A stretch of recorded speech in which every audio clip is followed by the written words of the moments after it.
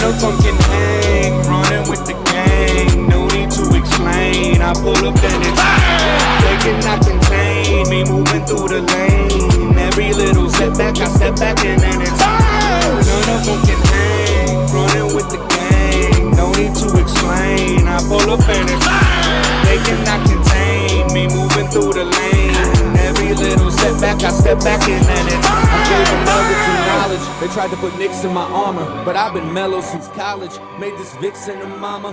What is going on, Phoenix Suns fans? Here we are back on He's on Fire podcast, the first edition of this week's drops. Gonna come at you every single night. Tonight we've got So Says Jay on Twitter, but Justin from Fanning the Flames. Tomorrow we've got Darth Voida from Suns Jam podcast. On Thursday we got Matthew Lissy. So we're gonna have the tandem on Tuesday and Thursday, and on Wednesday we're gonna have the one and only Dan Duarte, who's now back on Twitter again. And then on Friday, my homie Jails, who did the logo and who did the song that y'all just heard, he's gonna be on as well too. But we need to get to the play-in tournament. We need to bring everybody on today. First and foremost, Justin, what is going on, man? Welcome. Thank you for coming on. Coach, what's up, my man? Hey, appreciate you guys as always having me on. Always down to talk a little Suns basketball, especially now. You know, we've got a little time to wait and see what's coming next for us, right? So it's a perfect time to chat about what's coming and look forward to this. What I'm expecting to be a very long and fruitful playoff run. Long and fruitful playoff run. It'll be a bountiful of riches come June, right? Got to bring on my co-host. Can't wait. Jay Joyce, what's going on, man? I'm doing all right, man. Can't wait till Sunday. I am like I woke up this morning at the edge of my bed, just like this, just waiting, you know. Here we go. Just waiting for the victims, man. So, but no, I'm feeling good. I'm feeling good too. You know, I was going through all the stats and everything that I wanted to bring up, and I hit we're going live, and I'm like, man, I don't even know what I'm going to say right now because I'm just focused on everything that we're about to talk about, and it's all about the play-in tournament right now. So real quick, I want to bring up the bracket if it will let me. This is the official bracket coming out, and we kind of touched on a lot of things yesterday. We touched on we all think that Chicago is going to fall flat on their face against Minnesota. I think they're going to win one game. I think they're just going to win one, and that's going to be it. We touched on the Philadelphia-Toronto headline when it comes to Matisse Thybulle. We touched on a little bit with the Mavs and Jazz. It looks like Luka's injury might be a little bit more serious than we thought, but we're going to talk about the play-in tournament with Jay. Well, I got two J's. With Justin. So confusing. So Justin, so confusing. When these dropped yesterday, when everything was official and you saw it was Minnesota, Clippers, and New Orleans, San Antonio, what popped out to you? Just initial thoughts. I mean, it's my initial thought is whatever, because I honestly, 99% of me says I don't really care who the Suns end up facing in the first round. Second round, third round, finals. Like I think this team is capable of beating anybody, anytime, anywhere. And I think everybody probably shares in that mindset. After I got past that, I guess my first thought would be I just don't want to see the Wolves because of Patrick Beverley. I think the last time I was on this pod with you guys, we talked about teams in the West that we might be concerned about, and the only one that I brought up was the Timberwolves, and because of that reason, not because I'm worried about whether the Suns can beat them in a 7-game series. I have zero doubt about that. But Patrick Beverley is like legit a psychopath, and there are no boundaries with that dude, and that worries me. So that would be my next reaction if I'm going to go super dark. But I don't think that's going to be a problem because I don't think Minnesota is going to be the team that we're going to be facing anyway. If we're going to delve into that discussion here, I think we definitely have to. I mean, I'm picking the Clippers to beat Minnesota, which would leave Minnesota to play the winner of New Orleans, San Antonio. Ultimately, I think Minnesota gets the 8th spot. I do think we play them. Kind of to combat your point about Patrick Beverley, bro, I feel like Book is just on another level this year. We're like, Patrick Beverley, he didn't up his ante at all, right? And the shenanigans that he played, you know, I mean, I guess last time when we saw Minnesota, they were all in on those Patrick Beverley shenanigans. which is fine because they were doing that in the second quarter. You should learn from that. Maybe they did. They probably didn't. But I think Devin Booker is head and shoulders better than what he was last year, just at decision making alone. So I don't know if Patrick Beverley can hold down Booker like he did. I mean, he didn't hold him down. He was getting like what, 22, 23 points. Yeah, well, and I don't even look at I don't even mean it necessarily from like a just a defensive perspective. I'm talking from a player safety perspective. I mean, look at that last game. I don't know if you saw the footage that kind of floated around afterwards of Cam Payne took a three and Patrick Beverley on his closeout like kind of lunged at him last second, like midsection kind of, and it was like what the fuck was that? It's things like that worry me about Patrick Beverley. That look at the shove from behind on Chris Paul last year. I mean, it takes a different level psychopath to actually go and do that kind of crap in an NBA game, you know? Like that cheap shit is what worries me. Right, dude. Another guy, dude. Oh, Jokic. See, worked up.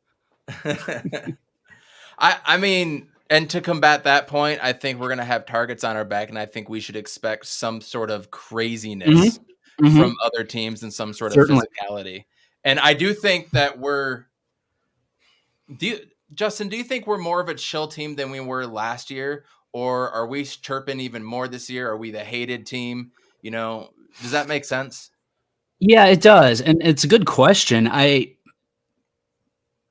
don't even know how to answer that. I how about this? I feel like the way that the team directs its anger, I guess you can say, is more focused. Like, yeah, you piss this team off. I mean, how many times has it happened? Something happens in a game this season and the fan base goes, oh, you're going to poke the bear? And then sure enough, the team turns it on, you know, and then that's something that could the team do that last year? Sure. But I mean, I haven't sat through a game where I've seen the team fall behind and I'm like, oh boy, there's no hope here. Yep. I mean, somebody might have put a small wager on the money line when they were down 17 to start the fourth quarter the other night. I don't know. Crazy things like that have happened throughout the year. That's I think. No, if I were a gambling man, that would have been a great move. But oh wait, it's legal now, so I can admit that I do it. Okay, yeah, it was totally me. Brilliant, right? Anyway, but no, it's one of those things where this team has that mentality where that anger, that aggression, that perhaps in the past might have come out and been, you know, resulted in technicals, which sure, that still happens. But before it was, okay, great, we got teed up and now we're just still really angry and playing all discombobulated because we're just, you know, playing out of our minds. Whereas now you take that, it seems like the team takes that anger and uses it as focus and just turns it to a next level, which is, as a fan, obviously just a beautiful thing to see. I completely agree with everything you said. Roy had a good question. JJ, I want you to answer this one. Who do you think the X factor will be for the playoffs? I'm assuming he means for the Suns. I mean, not to be, you know, bare bones basic, but it got to be Booker. You know, he has a lot to prove. This you know, playoff run. Ooh, let's hold on. Let's define X factor first. X factor for me is kind of like, you know, when you're out strangled by yourself in the woods and you don't know what to do, you don't know how to build anything, and all of a sudden you reach in your pocket and you find like a pocket knife that can do 20 things, including starting a fire. Like, boom, X factor, game changer. Let's go. Somebody that can come in and change things. I don't know if Devin Booker's an X factor because everybody's going to be converging on him and Chris Paul and Ayton. But if somebody else has a different definition of X factor, if we're rolling with what you said, a Swiss Army guy, then like the best guy that falls in that description is Mikal Bridges. He does all the little things. He cleans the boards. He takes the hardest assignment. He takes no breaks, and he's just resilient this year. And his offensive game has a deeper bag at this time now. He hasn't missed a game since 2018. Well, he hasn't missed a game at all, but like ever since he's been in the league, hasn't missed a game. He's always been reliable. He's always been consistent. So if he produces in an offensive way like he's been since the All-Star break, like this team is going to be nasty, and we're just going to like roll through the playoffs like nothing. But I think he's definitely going to be the X factor. And Cam Johnson coming off the bench, like I hope it's a shooting clinic with him. I hope like usually when Cam Johnson comes back from like an injury or whatever, it usually takes him like 3-4 games to get back into the rhythm of things. And, those 3-4 games passed already. Now we're getting into the playoffs now. I think Cam Johnson and Campaign and JaVale are going to have like a field day, just running the whole bench unit and stuff. So those would be the main two. I saw a lot of Cam Johnson people. I'm a big Cam Johnson guy myself, but if we're talking about a Swiss Army guy, yeah, the Twins. The Twins are going to be like the X factor of just the playoffs in general. This team is so deep, you can kind of pick apart like who you think. You can throw darts at a dart. There isn't a wrong answer. Pick to one, yeah. Justin, what do you think onto that end? And well, I think you can put the Twins like they count as one answer, so you can just say that, and that counts. And I think everybody wins and everybody's right. Because, well, I mean, I was gonna say Cam. And you bring up a good point, Jay. He takes a little bit of time to come back from injuries, so it's good that he got those couple of games before the playoffs.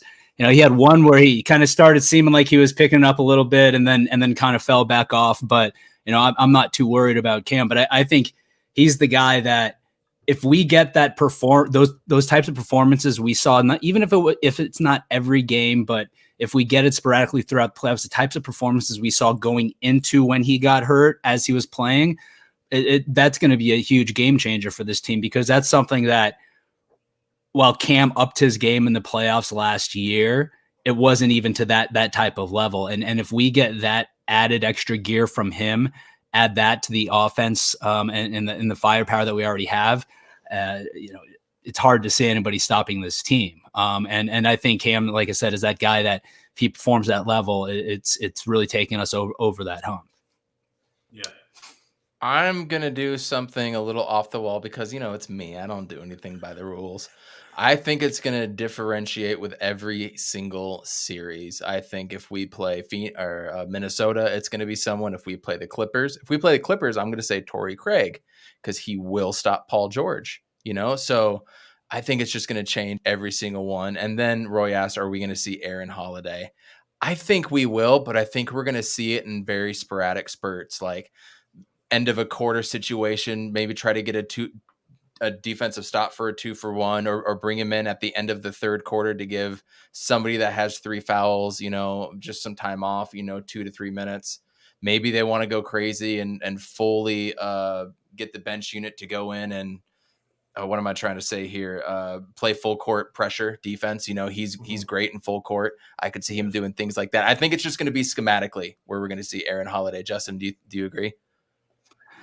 Yeah, I mean, I think we've kind of already seen that from Monty, and I think it'll probably carry over into the postseason. Maybe he'll surprise some of us, and we'll see him jump in front of Alfred if it comes up. But at the end of the day, too, if we're thinking about those guys coming in, it better only be for schematic reasons or for very specific purposes, or because we're winning by so much, it's time to put the bench in, because I don't want to have if Monty's making a decision between putting those two guys in for any extended period of time, then there's a problem in front that we're going to be a little more concerned about. So yeah, I think at the end of the day, we're talking playoffs here. To the extent that we see, Aaron Holiday, it's going to be just for those types of limited types of purposes. I hope to God, knock on wood, that we don't see him or Elf for any other reason outside of those. Real quick fun stat on Torrey Craig. Since coming to Phoenix in the last 27 games, he is shooting a career best 64% from 2-point range. From 3-point, he's shooting 32. When he was with the Suns last year, he shot 36 for reference. But that's up. His rebounds are up, and his assists are up as well. His assists are tied for a career high right now. And I feel like his 3-point shooting has been exponentially better as of late as compared to, because I feel like it felt like 2 weeks, maybe more, he was here or back here. It felt like he wasn't hitting anything from deep. So I think that 32%, if you take it over, maybe the past 20 games or 18 games, it's probably going to be up closer to 40% or something like that. I would venture to guess. So Torrey's a guy who, he came back and it was like everyone was stoked, and he came out of the gates kind of slow, and now he's starting to pick it up at the perfect time, obviously. obviously. And there's a bunch of comments about Shamit and everybody worried about him. But I want to give a shout out to everybody in the chat real quick. Aussie Suns fans pod, what's going on? Know a lot about you. We've heard about you over here. So thanks for tuning in. We appreciate you. Coach Fallen Founder, appreciate you coming in. I saw Dale in here earlier. Roy, what's going on, man? Iverson Vlogs, Creepy Crawley. I love that name. What is going on, everybody? Thank you for coming in. Go ahead and hit the thumbs up, share this out, all that fun stuff. Going back real quick to the task at hand, which is game watching. That's all we're doing with the play-in games, wondering who we're going to play.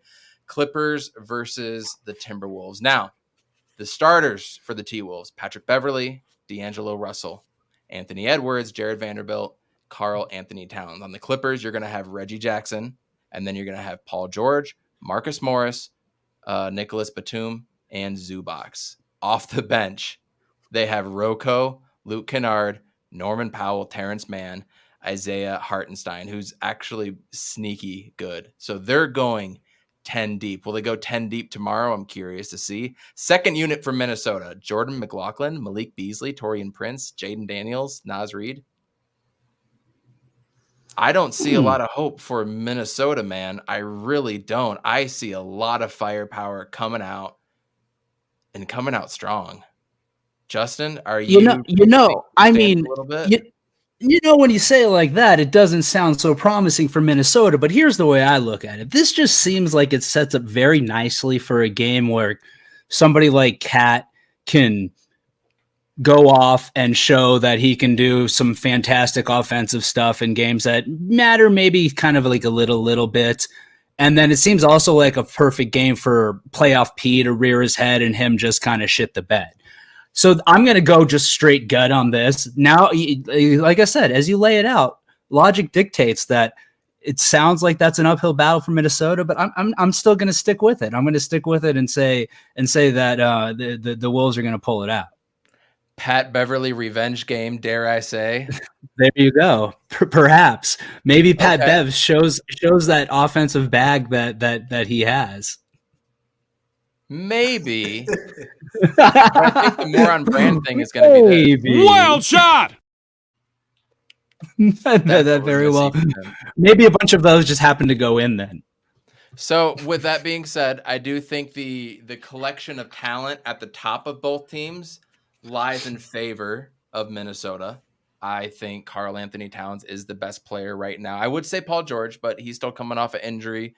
We'll see how it is. He looks in rare form, so who's to say he's even feeling anything? After that, Anthony Edwards and D'Angelo Russell, I think, are the better players. No, I'm going to say Anthony Edwards and then Reggie Jackson.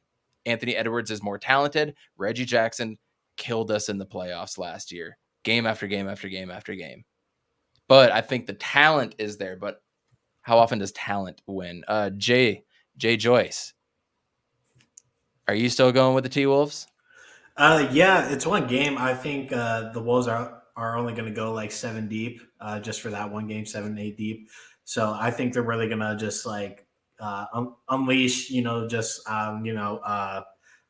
their best possible option of being the Clippers and getting the better seeding in a sense. So, these two teams, they match up really well. That bench for the Clippers, I like a lot more than the Wolves. But again, I think the Wolves are only going to go 7-8 deep. But I see Towns having a pretty big game. I think Ant will have a pretty decent game. D'Angelo Russell, I really haven't seen much from him this year, but just that starting five alone, I think they can really just get it done for a game. In Minnesota too. That's going to be big in the big playoff atmosphere. Let's see how Minnesota fans come out and support them. You had a really good point about D'Angelo Russell, man. I mean, 18 points, 7.1 assists. Just a few years ago on Brooklyn, he came off of 21 and 7. So he's right there he's actually averaging a career high in assists, couple points under. Granted, he has Karl Anthony Towns with him. Shooting 34% from 3, his second worst, and it looks like second highest in free throw percentage. 41.1 on field goal percentage, which is actually pretty average for him. Actually more on the lower side, believe it or not. So more minutes played though, 32.5 minutes. So There you go. Those are the stats on D'Angelo Russell. So he doesn't seem like the killer that he was, but still a 6'4" guard. I like Reggie Jackson in that matchup, though. Reggie Jackson just, to me, looks so fine-tuned nowadays. Like, when he was playing in OKC, he was like that spark plug. Then he goes to the Motor City, no pun intended, and he tried to carry a franchise, which clearly he wasn't set up to do. Mm-hmm. And now he's going into a really good position. In fact, I thought the Lakers were going to sign him, and I was going to be in trouble if the Lakers went there with Reggie Jackson and traded for Buddy Hield. That would have been the move for them. They could have made so many fantastic moves that would have made so much more sense than what they did. Everybody knew that except for, well, you know, LeBron and Rob Pelinka. The whole Lakers organization. The whole front office. I feel like everybody in the front office had to know too. They just got vetoed by the true GM in LeBron. But hey, it's been glorious to watch. Yeah, let's talk about the Lakers for a second. Anyways, here we go. Moving on. That was plenty of time. So you guys think Minnesota beats the Clippers? That is wild to me. And Ahmet said the same thing, but I'm not betting on these games, so hell, it doesn't really overall matter to me. To me, I want to play the better team. I wish we could play the 7 seed. I wish we could play the better team that came out, because I'm on my own revenge tour. Everybody knows that, so I don't really care who we play. But on the other side of it, New Orleans, San Antonio. Let me run this down for you real quick. San Antonio, DeJounte Murray, who is arguably the better player in this game over CJ McCollum. That is close right there. That's a toss-up. That is a toss-up right there. You could take either team to build a franchise around, and you are set up for a while. So that kind of rinses it out there, washes it, excuse me. You got Joshua Primo, Devin Vassell, Keldon Johnson, Jakob Poeltl. Second unit, Trey Jones. I like Trey Jones, by the way. Lonnie Walker. I like Lonnie Walker, but he is day-to-day. Josh Richardson. Zach Collins is back. And then Jock Landale. Man, I don't even know who that is, if I'm being honest with you. You go around the New Orleans side. I'm quite certain Jock Landale went to St. Mary's. I believe he's one of those Aussie guys that we got the Aussie Suns fan pod in the chat. Please, if tell us, boys. St. Mary's 6'11" center. I do know who that is. I did see him play. He must be new on the Spurs. I don't pay attention to the Spurs, but you can get mad at me, Aussie Suns fan. I shouldn't have. Well, the only reason I know is because that St. Mary's is in the same conference as the university I went to, so I actually pay attention to it. So that makes sense. There it is. I'm ashamed. First time on the pod, and I just explode all over the motherland for him. Going over to New Orleans, Brandon Ingram was out on Sunday. I haven't seen anything that he is going to be out. If anybody in the chat knows, I'd love to hear this. Brandon Ingram is the second tier best player in this game. You got CJ McCollum, DeJounte Murray washing each other out. And there's Brandon Ingram. Brandon Ingram's the next one. Then you got Herbert Jones, Jackson Hayes, Jonas Valanciunas. Valanciunas is probably the third tier best player in this, right? And the Spurs don't match up. In the second unit, you got Jose Alvarado, Devontae Graham. That's an X factor in that game. Trey Murphy, Larry Nance Jr., Willie Hernan Gomez. I'm honestly rooting for them because of Willie Green, though, y'all. So, Justin, New Orleans versus San Antonio. Who do you got? I'm going to go New Orleans, and I'm rooting for them because of the Willie Green connection, and obviously with our old training staff still out there too, right? There are a lot of those ties, but I think at the end of the day, you look at the talent that's there, and you pointed out with Valanciunas the matchup issue there, right? I think New Orleans is going to pull it out, regardless. Whether that's my bet with my heart or with my head, I think they're prime. They're one of those teams too that it's like they just seem so close, and then pieces always kind of fall. I mean, look what they've had with Zion and everything. And you get a good piece like CJ come in and build around him a little bit. They could really start something up there, I think. But I'll pick them in this game. JJ, what did you say last night again? You said it was New Orleans? Yeah. Just with the addition of CJ McCollum to his team in the Willie Green system, I Like this team is scary good. I like Alvarado's defense. He's a lot like Alex Caruso, but a lot more cleaner with the defense. Yeah. Brandon Ingram has just at least a solid game when he doesn't disappear in the second half. I don't see why this Pelicans team can't just blow out this San Antonio Spurs team. San Antonio doesn't have Thad Young anymore, and with other pieces too. Is Pirtle playing? Yeah. Yeah. He's playing. I mean, he's nice. He can do some things. Yeah, he can do some things. But there's no reason why the Pelicans shouldn't win it. So. I completely agree.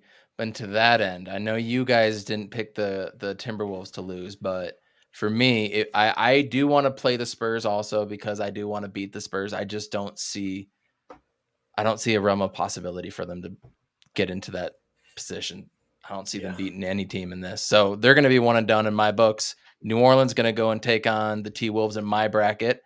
I think New Orleans is going to beat the T-Wolves too. I think they do have a better team. That's who I got. But Justin, please, who do you got between the Clippers and the Pelicans? I don't know if I've even thought this far ahead. Let's go. But I'm gonna go ahead and I'm gonna keep the momentum going for New Orleans and say they're gonna pick up that win over San Antonio. They're just gonna roll that right into a win over the Clips, and we're gonna have New Orleans in the first round. That's what I'm going with. That seems like a beautiful matchup too. It seems nicely poetic. We get to avoid the psychosis of Pat Bev, and we get to maybe have a gentleman's sweep in the first round just to give a little bit of a little hat tip to our brothers, our former brothers. Thank you for playing. I love it. 100%. JJ, do you share the same sentiments, or do you see the Clippers coming out? No, I'm on the same boat as Justin. I don't necessarily want to play against the Wolves. I just don't want to go through another broken nose and like unnecessary fouls from Patrick Beverly. He's just a menace. I don't want to deal with that again, especially this early. So, let's not play the Wolves, and I'd rather take my chances against the Clips. Man, I'm still over here being like, run it back. Give me the Clippers. Give me the smoke. Give me whoever. I honestly don't care. I think it is going to be really good basketball. I don't care either. I don't care either. So over on the Eastern Conference, who do you happen to have over there? Let me pull the bracket back up. Let me share this real quick. We've got Atlanta and Charlotte at the 9-10, Brooklyn and Cleveland. Do you have any inkling that the Cavaliers can try to make a game out of it, Justin? No. Yeah. And I saw today Jared Allen's out, right? Yep. Oh, yeah. And they're the home team? Yeah, no. Okay, then Atlanta, Charlotte. Who do you got? Atlanta at Atlanta. I'll go Atlanta. I'll go Atlanta. Yep. Yeah, Charlotte, Atlanta. I'll go Atlanta there. Atlanta at Cleveland. Who do you got? I'll take Atlanta on that one too. Yeah, we were all the same consensus there. So if we do play Minnesota, you talked about Pat Bev, the craziness, all that. We kind of had a good foundation there. Playing the Clippers and all those wings, 1 point guard, 1 center, 1 kind of a bruiser and Hartenstein. It's hard to call him like a center, but all that firepower with Mook, which I hate saying that, but he can drop 20 to 24 on you. And he always does it against the Suns. Always does it against the Suns. Yeah. Norman Powell can go off for 30. The good thing is about Mook going off, let him get 13 in the first quarter. Let Marcus Morris talk all the trash he wants in the first quarter. So we can just get that out of the way and start beating them in the second quarter. Right. So that's kind of okay. Nicholas Batum, a guy that can air it out, always plays good against us. Rocco, the same kind of guy. He's their power forward. What kind of pitfalls do you see if the Suns play the Clippers? Well, I mean, I think all that you just laid out. I mean, if you look at it next to Minnesota, I think the most talent that you see, at least top to bottom, in those teams in the play-in round, rest there in LA with the Clippers, and obviously they have a lot of experience too when it comes to playoff basketball. So frankly, when I look at those 4 teams, and again, am I worried about anyone? No. But gun to my head, if you had to say rank them, which one are you the most worried about? It would probably be the Clippers for that reason. And I think the playoff experience thing is a big factor that maybe doesn't get spoken about enough, which perhaps speaks volumes about what the Suns did last year with as little playoff experience as they had outside of guys like Jay and Chris Paul, obviously.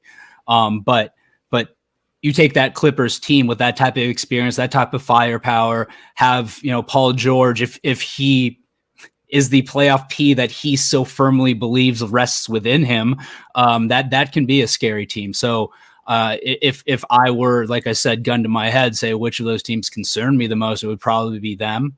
But again, at the end of the day, whoever it might be, bring it on. It's going to be a series that the Suns are going to win anyway. I would also really love to see Memphis versus the Clippers or Memphis versus T-Wolves. I mean, I really don't care which one of those wins to play that. I think if it's the Clippers, I think the Clippers beat Memphis. If it's the T-Wolves, I think Memphis beats the T-Wolves. Just throwing that out there as a hunch. I mean, who has the best coach of those 4 teams? We're going to say Popovich, right? Tyler. No. But no, we're going to say Popovich is the best coach though, right? But he don't have a squad. Right. So who's the next best coach? Ty Lue? Easy. Mm-hmm. Yeah. I'm a little bit worried about them, but I know that we have Torrey Craig. So pandemic P, not playoff P. No, we had the homie Specs on last night, and he said PG 13%. Dude, I like that. I have not heard that one before. That's brilliant. I didn't hear that either. So shout out to brilliant. him. PG 13%. Either way, we both collectively kind of feel. I take that back. You guys feel like it's New Orleans. I feel like we're going to play Minnesota or the Clippers. We're going to get a good team either way. If we play New Orleans, Justin, I feel like we have a way to shut down CJ McCollum. You shut down McCollum. That's kind of their driving force on offense. So that's an easier team to shut down. Do you agree? Oh, absolutely. Absolutely. One major cog really, throws a wrench in their system. I 100% agree there. Whereas the Clippers shut down one, they've got other pieces that might be able to step up 100%. Jay, before we get out of here, what kind of thoughts have you come across today on Twitter, on the timeline, and thinking Phoenix Suns? You woke up like, just, in your thoughts and in your feels. So any bright news for us today that you got? No, I'm just extremely confident. I don't know if that's a good thing or a bad thing. It was a lot of worry last year going into the playoffs because, we went like 10 years without playing in the playoffs at all, then going straight to the finals and stuff. We definitely overachieved, and I was just proud to, witness that. But now we're getting ready for the playoffs now, and there really isn't a team that kind of comes close to like how efficient the Suns are, how just ball dominant they are, how they work, like just how they play off the ball, how everybody just knows what to do. Everyone knows their assignment. Someone plays outside of their position. Just everybody knows what they're doing. If you're not looking at like analytical stuff and you're looking to hand out awards, this year, the Suns kind of like clean the slate, coach of the year, MVP, defensive player of the year. Yeah. 6 man of the year, maybe Cam, if you want to throw him in there. Saw that. Most improved, probably Mikal. His offensive bag is a lot deeper too, if you want to give him that too. They could definitely clean the slate, but they're not. But I'm just really confident with the Suns this year, and I just can't wait till Sunday so we can get this ball rolling. So we can document all of our reactions. At the end. So it's going to be a wild time in the Suns podcasting syndicate, if you will. It's busy times. Hey, did you guys see the the refs for the playoffs were released today? No, I didn't. One of my favorite topics. I'll just say buckle up. Buckle up. Just buckle up. Every name that you don't want to see on there is 100% on there. Of course. including Of you know course. who. So yeah, like literally, Scott I'm like, Pasta. yeah, every like let me just search through my old tweets of like every one of these names, and I guarantee you there's probably at least one about them. So I'll do that I'm tomorrow for excited. you. Don't worry. I'm excited. Yeah, I'll It's do the like, advanced search there's on there. 47% of these officials have been named in tweets by So Says Jay. Troubling stats. What about at your kids' soccer tournaments? How's that going with the referees? Are you okay? Everything's been good. Everything's been fine. Good. You know, the referees have really been. I applaud them. They do a fantastic job keeping level heads on that field with the 8-year-olds. Sometimes it gets out of hand, but no violent attacks on the field. So everything's been calm. So I'm happy to report. And season's almost over. So attacking third. I tell you, man, it's not like when I was a kid back then. We didn't know what the hell was going on a soccer field. These kids next level. I don't know. It blows my mind.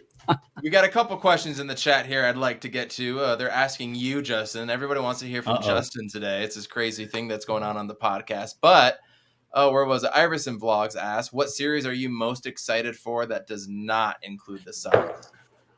Going to bring up the bracket? Yeah, bring it up, because actually I was talking about this today the other day with somebody, and I can't remember what it was. Let's see. It was the prospect of a potential Golden State Dallas second round matchup. Is that right? Would that match up right? No, that would not match up right. We would match up with them. No, that would be Golden State. Golden State Memphis. Golden State Memphis. That was the one that I was thinking would be a potentially. Yeah. Am I right there? I got that matchup right? Yes. Yep, you're good. I'm like, I need Utah to win that matchup. Say that again. I want Utah to win that matchup so I can selfishly go to a Suns Jazz. There you go. Game. That's right, dude. That would be great. I would love. That would be beautiful for you guys. Yeah, but no, I think for obvious reasons, Golden State Memphis series would be a lot of fun. So I would say that's one that I'd be looking forward to outside of any Suns one. So who do you got, Jazz or Mavs? Okay. Well, now I feel like now I got to say Jazz just so you get to go to a game. I mean, I would love to. I would love that for you, but for me, I feel like the joy of eliminating Dallas directly from a playoff round would just be icing on the cake for everyone who's been on the DA train since the DA train arrived in Phoenix, if you will. So I think that would be fun for everybody to see. It could theoretically incite like a little civil war within Suns Twitter, which is never all that great, but maybe not. Maybe the joyous occasion will truly unite everybody. That would be something. That would be. Imagine Suns Twitter actually coming together. Full piece, full scale piece. Forget it. Then everything. Then it's over for the world. Then it's just Suns Twitter will just rule everything. We kind of did with Suns and Four Guy when that came around. I mean, I really feel like we had the upper hand in just about everything in life. Yeah, that's true. Well, then we had Money Guy show up, and it kind of knocked us down like 7 pegs. Yeah, really. It's like, okay, so we're Suns and Four Guy. That's as a one-off. That's awesome. But then when you combine the two, even though they're not connected in any way, shape, or form, just kind of sends the wrong vibe out there, perhaps. But do you remember the 4 kids that all took their shirts off against the Nuggets? Oh, that Torrey Craig dunk? Yeah. That was awesome. That was a good one. Aussie Suns fan, I don't think Kawhi plays at all, even though he's walking around. Even if he did come back, I wouldn't expect much from him, but I've been wrong. But actually, I've never been wrong. I've been mistaken. I've only been mistaken. Next one, Justin, do you think Joker will challenge the Warriors? I think absolutely. I mean, I think they're going to just think about the matchup issues that they have when they face the Suns. I mean, they throw Draymond at DA. We see how that works out. They're going to have the same issue, I think, with Jokic. I mean, Jokic is one of those guys that, like DA, they can't play him out of a game like they could with maybe Rudy, right? They're going to have to deal with Jokic no matter what, and I think he's going to create a big matchup problem for them. I think for them, if to get past Jokic, well, first of all, they're going to need Steph to be back and Steph to be healthy, and they're going to need him and Klay to play well and not to play 30% 3-point shooting Steph like we've seen from time and time again throughout the season this year. Wild shot! I just had to interrupt that you like- and be like, yeah, that's Is that like the playoff the music like at the Oscars when they play them off? That's like the cutoff. I like that. All right. no, that's more of that was my imitation of Clay and Steph shooting a shot. I did not mean to interrupt your whole train of thought, but Don't worry, it wasn't going anywhere else. Yeah, I do think a really good question also by Roy, if I can find it. Do you think DA will play well in the playoffs? Yeah. If I may go first, yes, I do.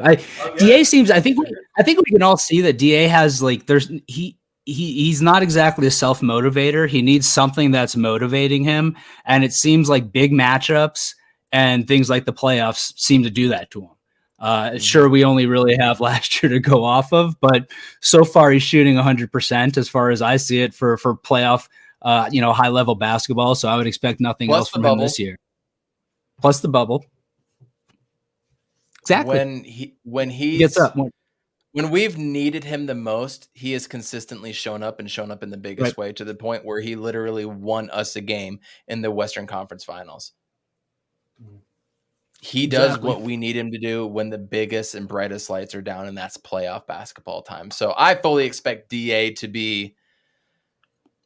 Will he have a run like he did last year? I don't know if he can do that because he's added more shots to his game. I think he's just naturally going to miss more. He's naturally going to miss a floater here or there, naturally going to miss an elbow or baseline jumper. That's just going to happen. So I don't think he can do that. I'd be surprised if he did, not to say he can't, but I do think he's going to average something ridiculous like 16 and a half boards a game. I think his rebounding numbers are going to be crazy. I think he's going to be snatching them. I wholeheartedly believe he's going to be like bomb rushing the rim for rebounds, hopefully, because we didn't get that last year. The rebound disparity was a thing every game, every series. So, yeah, if DA does that and Torrey Craig crashes it too, it's GG.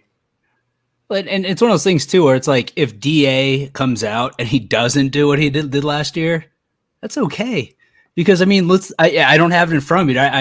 We all remember all the stats we saw and how that was historical compared to other big men, especially that early in his career. So if he doesn't come back and perform at a historic pace, okay. But if he comes back and does, like you said, Coach, exactly what we need him to do when we need him to do it, that's what matters. Because at the end of the day, this team is exactly that. It's a team, right? This isn't a group of guys that are collectively put together. They're top heavy, trying to buy a championship. This was a team that's put collectively together with everybody having a role in mind. And as long as DA lives up to the potential that he has and plays to that potential and fills that role when the team needs him to in the playoffs, then he's doing everything he needs to do as far as I'm concerned. He's on fire. Perfect. Perfect answer.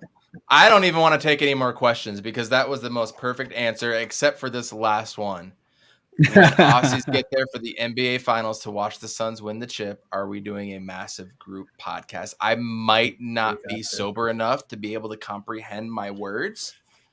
Will I arrive? Yes. Will I give something informative? No, probably not. But the answer you're is expecting good commentary when that happens. You're not going to get it. I'm not hosting shit that time. Let me tell you. I'm getting a thick Cuban. I'm gonna buy it on Saturday, and I'm just gonna store it in here. I'm not gonna say it's for the purpose of when we win it. It's just for a good occasion. And I'm also gonna get some devil's lettuce and have that a little stored somewhere. And I'm gonna be ready. I'm gonna be ready, Aussies. All right, be prepared, man. You guys got to do like a little crossover action with them. Those guys are a blast. I tell you. Nothing's more satisfying than doing a podcast for like an hour or two and just hearing Australian accents. It's just lovely. It truly is. So I completely agree. I always feel smarter, probably because I lived in the South for so long and I had to hear that accent.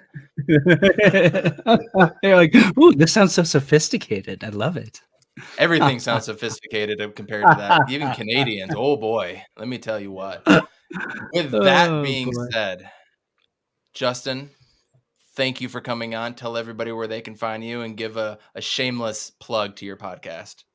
I absolutely will. I appreciate you guys having me on. You can find me on Twitter. I'm at So Says Jay. My podcasting partners, Paul is at Dervish of World. Dan is, what is he now? At Daniel Duarte 1, I believe it is, since he has made his illustrious return to Twitter. And our pod is at Fan the Flames NBA. And you can find Fan of the Flames and Into the Valley podcast, Bright Side of the Sun podcast network over at brightsideofthesun.com. Boom. I love it. Tomorrow night, Yeah, we not are at all. going to have the one and only John Voida from Suns Jam Session podcast joining Man. us. And tomorrow night, we will find out who we don't play. Tomorrow night, they're going to be taking action. It's both sides are going to be the 7th and 8th seed on both sides. So by the time we come on tomorrow night, we're going to find out just a little bit more about the Suns. Hopefully we got some Suns news to break to you guys, but thank you so much for joining. Please leave a comment, share this out, subscribe, hit the bell, all the fun stuff. The DMs are open. Let's interact during this playoff push and let's have some fun. Go Suns. Thanks, Justin. Thanks, guys.